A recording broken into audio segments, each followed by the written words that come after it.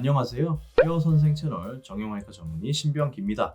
어깨가 아파서 고생 중이신 분들 중 상당수 환자분들께서 병원을 찾으시기 전에 댁에서 스스로 해보실 수 있는 해결책을 고민하시죠. 그러다가 자주 하시는 게 하나 있습니다. 바로 스트레칭이죠. 어깨와 팔을 스트레칭하면 이 통증이 좀 풀릴까 하는 기대 당연히 해보실 수 있습니다. 하지만 상당수 질환의 경우 이 스트레칭은 오히려 환자분의 통증만 더 악화시킬 뿐 그닥 큰 도움은 되지 않을 때가 많습니다. 통증이 막 심하게 찾아온 초기 단계에서 특히 더 그래요. 그렇다면 스트레칭은 어깨 질환에 있어 전혀 의미가 없다는 이야기냐?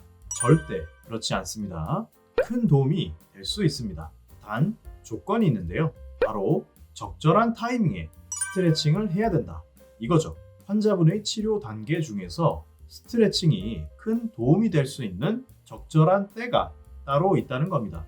자, 그럼 이제부터 왜 어깨 통증이 막 찾아왔을 때 무작정 스트레칭부터 하시면 고생하시는지, 그리고 언제 스트레칭을 해야 되는 건지 하나하나 설명드려 보겠습니다. 일단 가장 중요한 게 하나 있는데요. 바로 어깨 통증의 원인을 찾는 겁니다. 왜냐? 원인 질환에 따라 치료가 달라지기 때문이겠죠. 물론 어깨 통증은 여러 가지 원인 때문에 찾아오지만 이번 시간에는 가장 흔한 원인 그리고 가장 중대한 원인을 중심으로 설명드려 볼게요. 세 가지 원인을 말씀드리겠습니다. 1번, 오십견이라고 흔히들 부르시는 질환, 바로 유착성 관절낭염입니다. 2번, 어깨에 발생하는 충돌 증후군입니다. 마지막 3번, 어깨 통증의 원인 중 수술까지 필요할 수 있는 가장 중대한 질환, 바로 회전근개 파열입니다.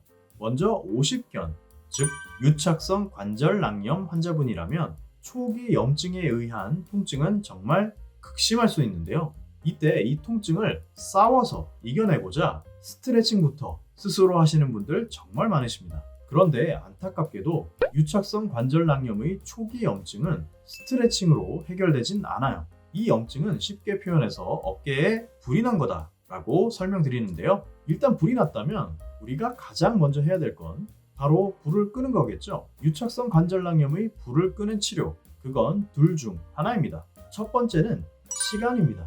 그리고 두 번째는 각종 약물을 이용한 치료죠. 유착성 관절낭염은 사실 시간이 지나면 저절로 낫는 질환이긴 합니다.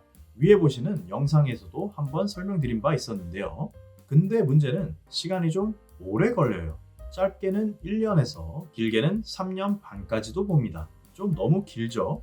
그래서 의학이 발달한 현재는 대부분 어깨의 염증을 확 꺼버리는 치료를 합니다.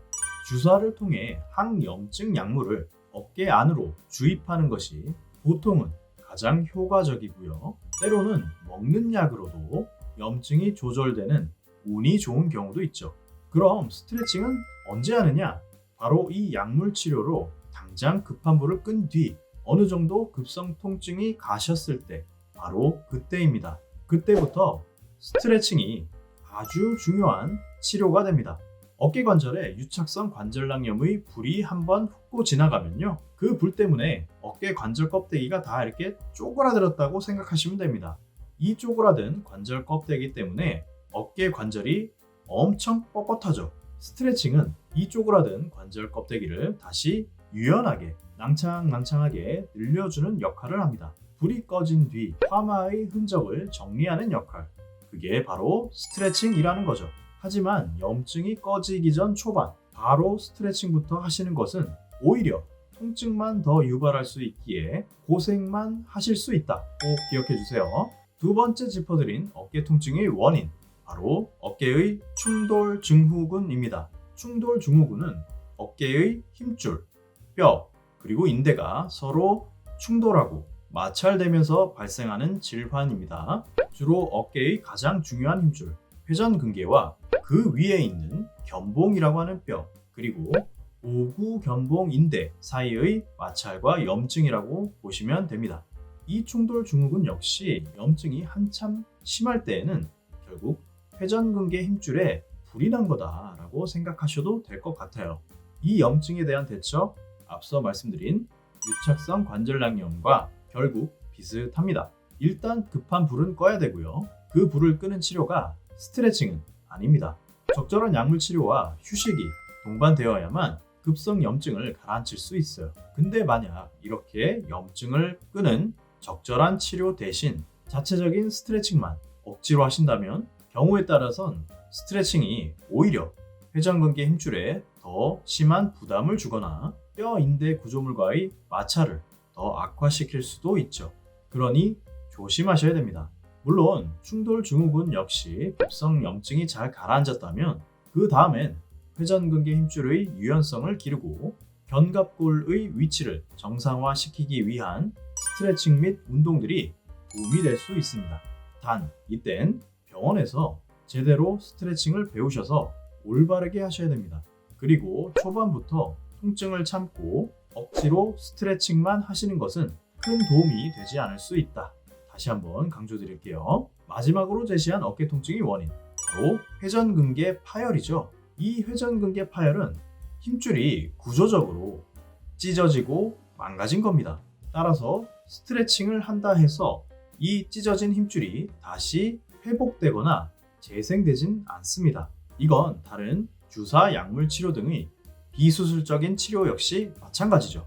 만약 회전근개 힘줄이 전층으로 완전히 파열되었다면 이땐 수술, 즉 관절 내시경 수술로 끊어진 힘줄을 다시 제자리로 연결해 주어야만 치유될 수 있습니다.